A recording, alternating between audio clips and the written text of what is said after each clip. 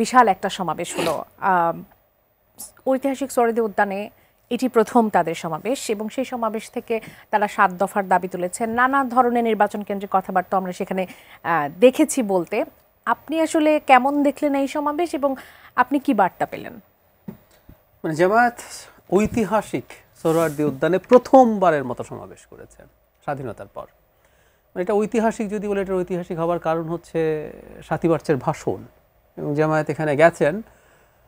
তারা স্বাধীনতার সাথে বুঝতেই পারছেন এটার মধ্যে তাদের এক ধরনের অস্বস্তি আছে। অনেক সময় তারা সেটাকে প্রিভিয়াস যে অবস্থা সেটাকে সাপোর্ট করার চেষ্টা করেন, আবার বুঝতেও পারেন যে না, এটাকে আসলে ডিল না করলে চলবে না, দেশের মানুষ এটাকে আসলে নিচ্ছে না। তো তারা চেষ্টা করছেন হয়তো খানিকটা। এই মাঝখানে তারা গোলাম আজমের বাংলায় বৈষম্যের ঠাঁই নেই এটাই বলে দেখছে যে লোকজন রিয়াক্ট করছে, তো বুঝলেন যে না, এটা হবে টবে না। তো আমি ধারণা করি সেটার একটাতে গেল। তো এটা একটা দেখার মতো ব্যাপার। বিশাল সমাবেশটা বিশাল হয়েছে কিনা আমি আসলে নিশ্চিত নই। আমি নানাভাবে দেখার চেষ্টা করলাম সমাবেশটা কেমন হয়েছে, কারণ আমাদের দেশে তো এই ধরনের একটা টেন্ডেন্সি আছে যে শোডাউন শব্দটা ব্যবহার করি। শোডাউনটা কেমন হলো?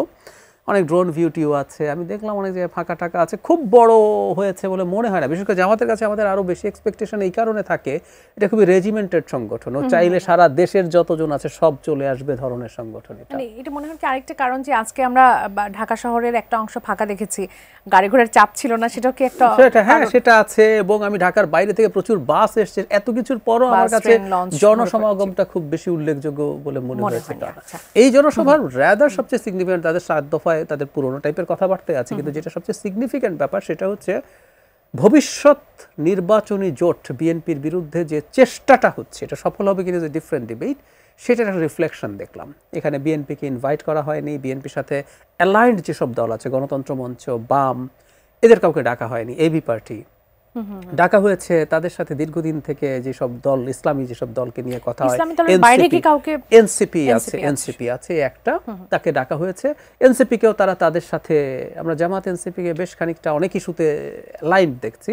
সো তারা মিলে, তার মানে ভবিষ্যৎ বিরোধী রাজনীতি বিএনপির বিরুদ্ধে কে দাঁড়াচ্ছে সেটার একটা শোকেস। এবং জামাত এখন এটা প্রজেক্ট করতে চাইছে, এটা লুকাচ্ছে না, কারণ নির্বাচন খুব বেশি দূরে না।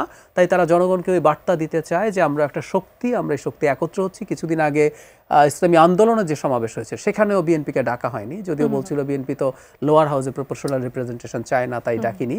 তো সেখানেও বিএনপিকে বাদ দেওয়া হয়েছে, বিএনপির সাথে থাকা দল বাদ দেওয়া হয়েছে, সেখানেও তারা একত্র করে চেষ্টা করেছেন। সামনে এটা হবে এবং এটাই সবচেয়ে সিগনিফিক্যান্ট ব্যাপার, আর বাকিগুলো পুরনো রেটরিক। একটা জিনিস যোগ করে দেয়, জনাব শফিকুর রহমান অসুস্থ হয়ে পড়েছেন, আমরা তার রোগ মুক্তি কামনা করি। এবং যারা মির্জা ফখরুল ইসলাম আলমগীর অসাধারণ কাজ করেছেন, তাকে দেখতে গেছেন। এটা আন্তরিকতা নিয়ে গেছেন আমি জানি, কিন্তু পলিটিক্স আবার পলিটিক্যাল গেইনিংও থাকে। বিএনপিকে ওনারা না ডেকে আবার এখন মির্জা ফখরুল তাকে দেখতে গিয়ে রাদার উনি একটা বেটার কাজ করেছেন।